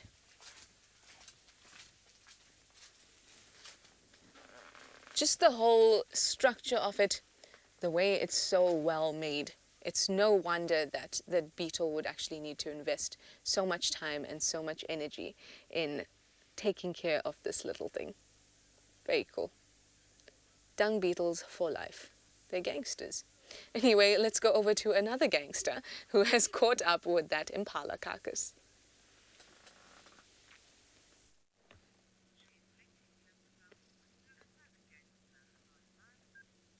Okay, so we have located this kill, and we can see that it is an impala. And I must add that we are in infrared right now, which is actually making this dead impala look even more ghoulish and creepy with that big black eye. Looks actually a little bit sinister.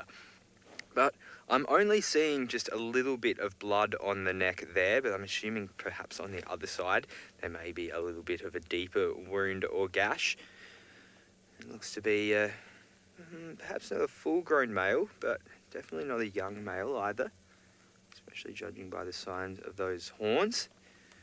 And so who the culprit is, well, that is a bit of a mystery. So what I think we might do is we've just come a little bit closer so we can get a little bit of a look at it. I know Jamie probably showed it earlier, but just get a little bit of a look, and then I think now I might move off just a little bit because we are sort of close to the carcass. So what I will do is sit a little bit away and hope that something does come back to it so we can see a little bit of action, perhaps a little bit of feeding, and maybe even a little bit of fighting, but at this distance, I think it may prevent that from happening. So I just snuck up forward so we could have a bit of a look first.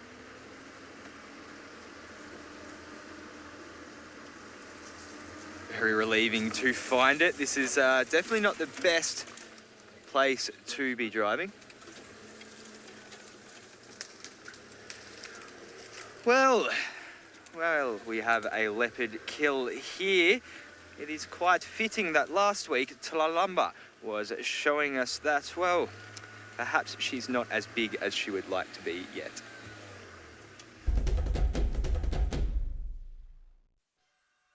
We caught up again with the Princess of Juma, walking with her tail high in the air as the Franklins called out in dismay at her presence. Whether out of annoyance or hunger, a Franklin became the next target for Tlalamba. But the hunt was unsuccessful as it flew away with plenty of time to spare. With food clearly on her mind, she soon came across a full-grown male kudu. Although she's built up some experience as a hunter, she still has a thing or two to learn, and it is doubtful that the princess could take on an antelope of this size without getting hurt. Soon, she had her sights on something else as she started to stalk an unseen prey through the thickets. As her patience dissipated and her pace quickened, she disappeared into the dense bush to find her meal.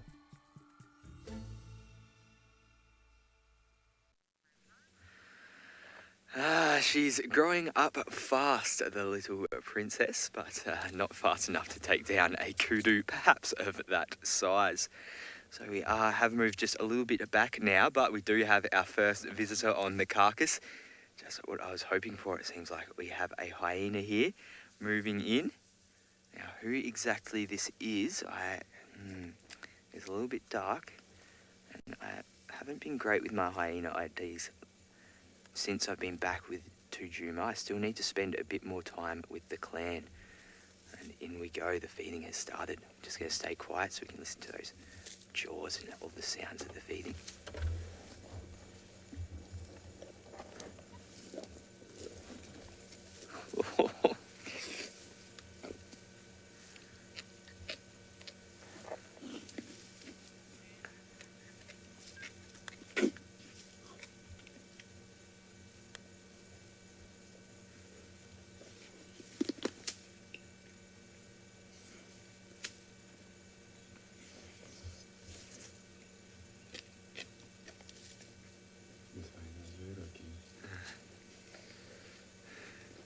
Seb just said to me that this hyena is very lucky, and it is, to have a full carcass to itself. I'm hoping that the presence of this hyena will bring the leopard that did kill it to come and defend. And where the attacker has gone, well, I don't know. Oh, that was a horrendous sound. I just heard something. Oh. I'm glad that animal is dead, because that would be a very painful experience right now.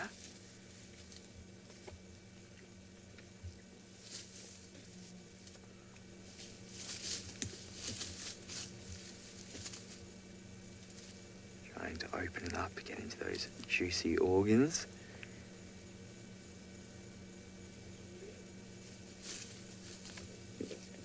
Oh, really getting in there now. What have you noticed?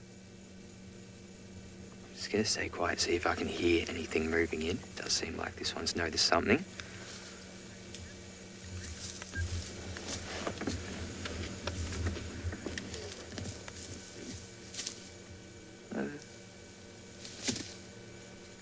Just want to get a good look at this hyena's face again.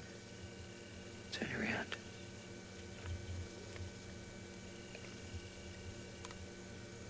Definitely is weary of something. Is this hyena missing an eye? Oh.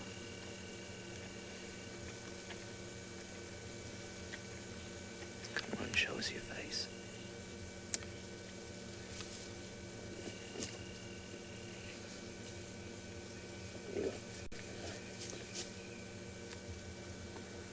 Does seem to have Comet. So we have a positive ID. It is Comet that we have here feeding, well, not so gracefully on this carcass at the moment. Pulling out all of the innards there. It's managed to open up itself up a nice hole now. Clearly enough to get the old snout in anyway.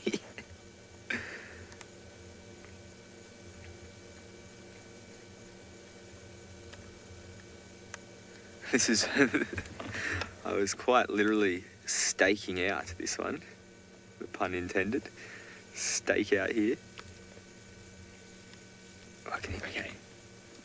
Here's something behind me in the bushes.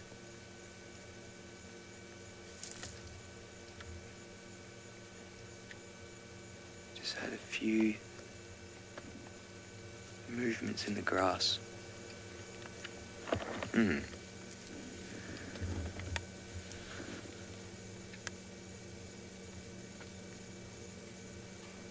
So comet. Oh.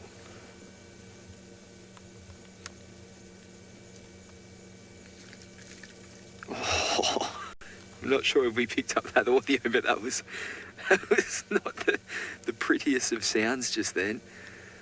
She just, you can hear all of the moisture, and it was a real wet, sloppy kind of sound.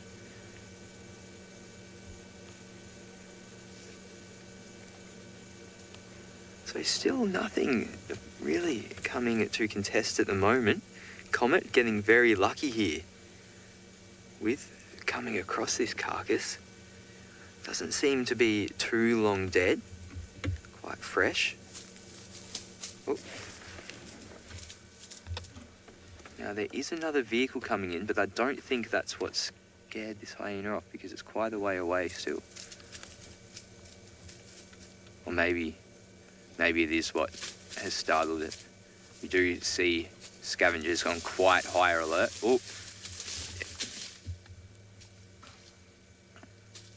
Judging from this behaviour though, it seems like there might be something else coming in. The attempts at dragging.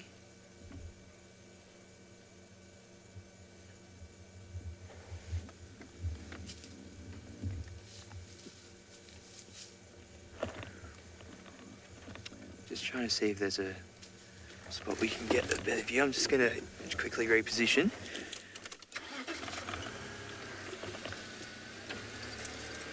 With me at 2 seconds.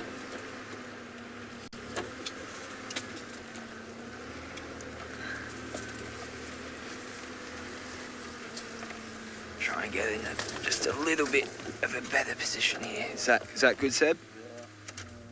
Yeah. Cool.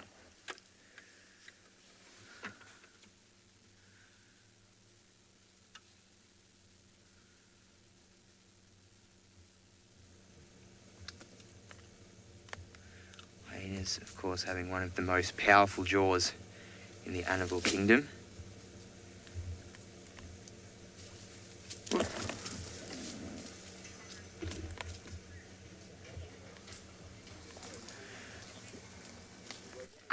Grumpy old man, that is exactly what I am hoping for as well. I'm really hoping that there is a leopard that does come in, a last minute leopard to chase off this hyena, and perhaps we can see a nice little conflict as well. Maybe not a nice little conflict, but you know, a little bit of excitement, a little bit of action.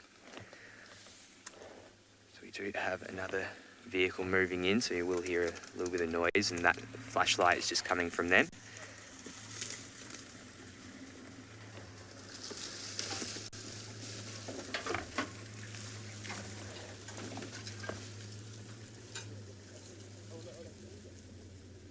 So it is funny to see there that Comet's eyes, one reflects light and the other doesn't. So there must be some sort of eye injury there.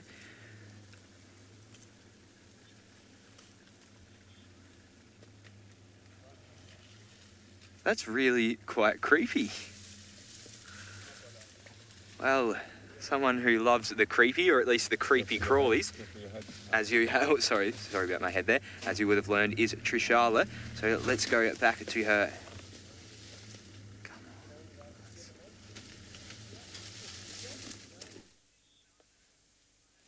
I do love the creepy crawlies, and I think in a way I am a bit of a creep. I do follow around animals in the darkness and act like I'm not there, so I'm a bit of a creep. But I do love the creepy crawlies. Anyway, we're going to talk lastly about bonding in a social capacity, and the best example of that is of course birds, because birds often dance together, they have all these displays together. But why? We know already about sexual selection and the colors of the feathers and things like that, but why this movement together? Let's watch these crown cranes, and then we can get into it. Can you see this male? Head is bobbing up. Oh, bob, bob. So that bobbing is a visual display, and the wings that are all out is another visual display. Oh, there he goes. Well done. You've made it. She's accepted you. Quick, easy, and we're off. There we go. Very quick and easy. But all that synchronicity means something. In fact, synchrony has been linked as a measurable sort of aspect of social bonding. So we can measure how well something is bonded depending on how synchronous they can be. So an experiment was done where two individuals had to do 8 different activities. 2 of those activities, and I may have to borrow your finger for this, Darby. 2 of the activities were like this. We'd have to not touch, just have our fingers next to each other and try to keep them as still as possible. The premise is that if we're more synchronized, we will be stiller or more still. So that's what happened. You had 2 people like this, and then you'd find that our fingers kind of move a little bit. That's just natural. So what they did is that's first, and then they measured how synchronized they were. Then they took them later, they did 2 sets like that, and then they did 4 sets of cooperative training, in which one person would be selected and they'd move their hand up, and the other one would match, and they'd move their hand, and the other one would match, and so on. They do that 4 times. Then they did the staying still experiment again, and they found that there was a huge improvement in how synchronized those people could be in their finger movements, and that told us that synchronicity is thoroughly connected to your brain and the way that your whole brain sort of bonds with the other person. So it's brain function and the emotional social bond that starts to develop. And that's just after a small, very tiny exposure to each other, mimicking each other. Now, being able to imitate another animal or another creature, another movement, is sort of the basis for dance. We think that imitation is what happened first, because firstly, I as a dancer have to be able to imitate something, and you as the audience have to be able to recognize that imitation, recognize it as movement, recognize it as dance or the specific dance that you're looking for. So it's so much integrated into our bonding and being social. And you'll find a lot of the time, animals that display in sort of the synchronized dance movement, they're very much monogamous animals. So they're looking for long-term bonds. They're looking to consecrate their little marriage, if you will. And when they're doing these things, all these happy endorphins get released. You're getting oxytocin going through their brain, all because they're moving together. Now, us as humans experience the same thing. When you dance with a partner and you feel that sort of connection or that fluidity, that's not for nothing, and it doesn't just happen out of thin air. It happens because of the chemicals that are coursing through you as you're feeling this bout of attraction, and you don't know what to do, but then you follow him and he follows you. In fact, you would have noticed it even when people go on dates, and all of a sudden that person gets a drink. Oh, then you get a drink. Oh, that person walks out. Then you walk out. It happens all the time, and it happens in times when you think, oh, it's just natural. I'm just acting natural. But you're not. Or rather, you are. But your natural action is coming from the chemical signals inside of your brain. And we've evolved this so that we can keep being social creatures, and we can keep pushing towards being social creatures. Now, imagine with the algae that we saw earlier on, that could really be what was at the beginning. That could be how it first started, those interactions between just little cells, just a collection, couple thousand cells. That is it. So dance is a very important thing because it means that we can bond and we can relate to all the other animals in our species. Oh, let's go to Rusty, he's got something special. They can be, yeah. We just had this visual of a civet just walking along the road there. Oh, no. No. I do apologize about that. But we had a very amazing sighting of a civet that was just walking along the road in front of us. And it was just bad luck. It's always how that happens when you just want to get that camera on it and it runs away. It was just very casually just walking along the road. So I thought, okay, this actually be a chance without it running away. But as I wanted to share it with you, it disappeared into the darkness. But yeah, the wild dogs have crossed over. I am back on Djuma, driving around trying to find any of the nocturnal creatures that are up, such as that civet. And it was a brilliant sighting for a brief second. But it's gone for now, but we are still on the move. I believe a Trishana is still... Yeah, she is still on the chat about dance. It's an incredible way of life with a lot of these animals and how they sometimes display in some beautiful ways. But in the meantime, while we look around for some of these creatures that we're talking about, let's go over to Patrick and his hyenas.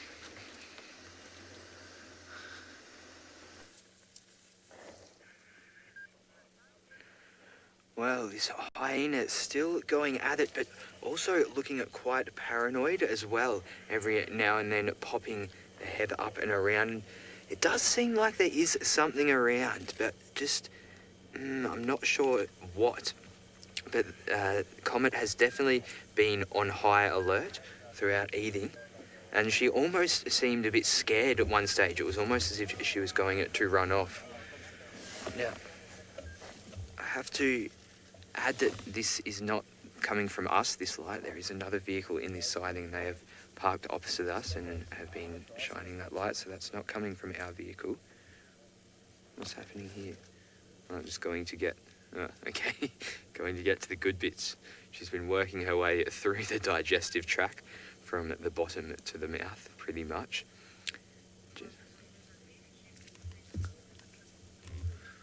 Okay, well, during last week I did get the pleasure of seeing a honey badger, and today I got the pleasure of seeing Scuba Steve, and the two of them teamed up in our clip of the week.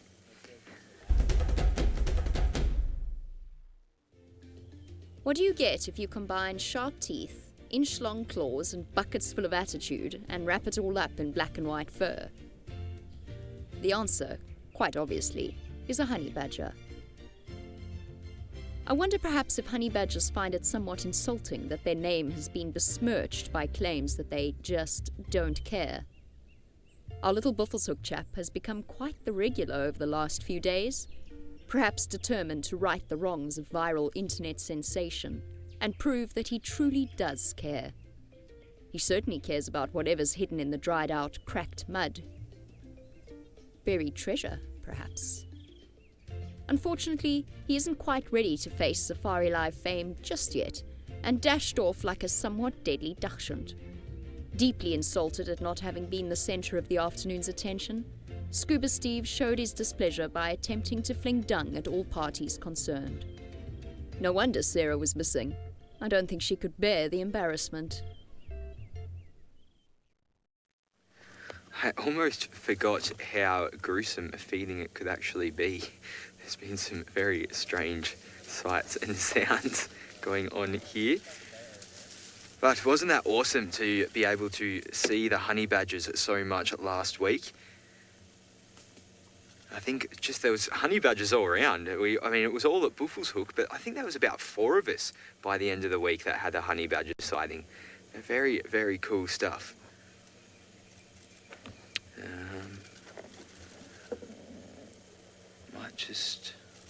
I'm just going to go in a little bit closer so we're not blocked off by this tree here.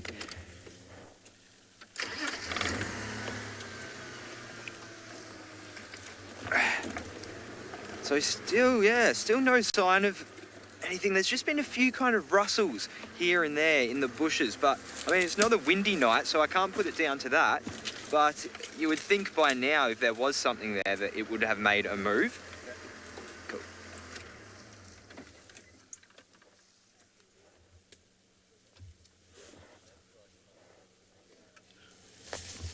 But look at the strength there to pull that thing by its mouth.